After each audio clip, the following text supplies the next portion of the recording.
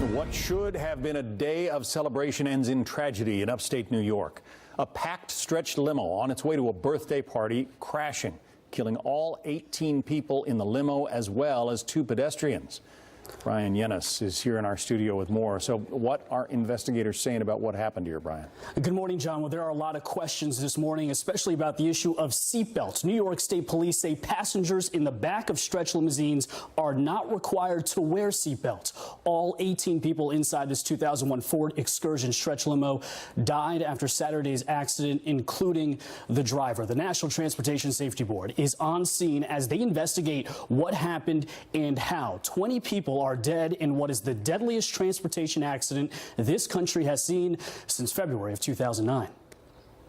At this point in time, we look at everything. We look at the vehicle factors. We look at the roadway. We look at survival factors. We look at the condition of the drivers, the licensing of the drivers. We look at the operator itself, the company. We look at everything.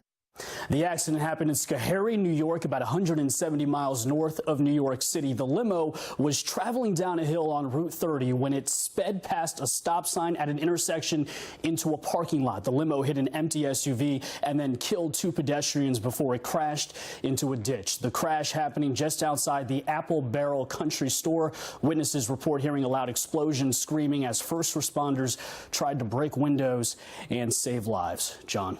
We are starting to learn more about the victims this morning, Brian. Friends and family of the victims say they were all celebrating a birthday party, including newlywed couple 34-year-old Erin Vertucci and her husband, 30-year-old Shane McGowan. Jamie Douglas lost 4 of her nieces and their husbands. Like my brother said, he lost most his family.